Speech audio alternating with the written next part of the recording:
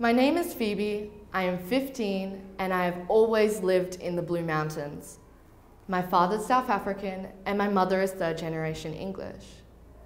But what if I had been born a First Nations boy, and my ancestry was that of the Darug or Gundungurra people? The grim reality is that incarceration would probably be a part of my future. First Australians are 15 times more likely to be imprisoned than non-Indigenous Australians. Half of all 10 to 17-year-olds in jail are Indigenous, and more than 30% of all Indigenous males will come before corrective services.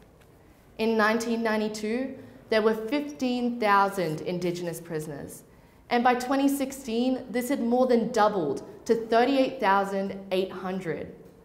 These figures are staggering and place Australian prison rates for our Indigenous people well above the US for African Americans.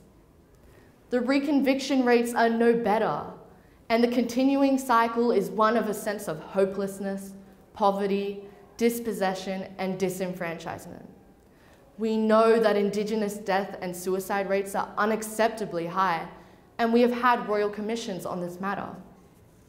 To move forward, we all need to come on board. Every level of society in Australia needs to be aware of the problem and help to solve it.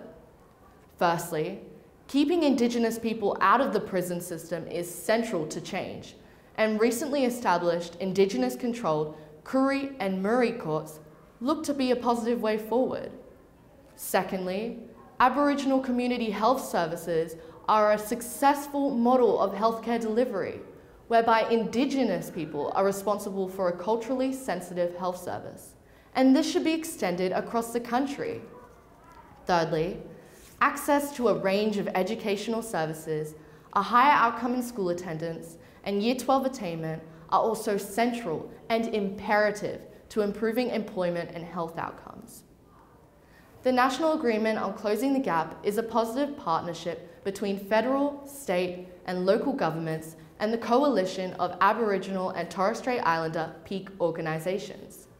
In local terms, this means that my local Blue Mountain City Council should seek advice on culturally significant matters with an Aboriginal Advisory Council. A small start has been an Aboriginal Culture and Resource Centre that provides support networks for elders and a social group for elders. School students in my area are being exposed to the Indigenous elders and their culture. Yet really, First Australians need to not only be a part of our history, they need to be a part of our lives. Their culture and customs should surround us. We need to see more Indigenous students in all of our schools. We need to hear more of their stories. We need to give them a positive voice, and we need to listen. At school, we should learn about the local tribes and have greater opportunities to reach out and bridge the physical gap which I feel in my community. Most importantly, our relationship needs to be all about mutual understanding and respect.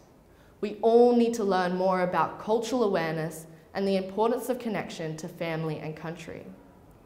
A 14-year-old Darug boy should feel the same sense of excitement about their future as I do about mine.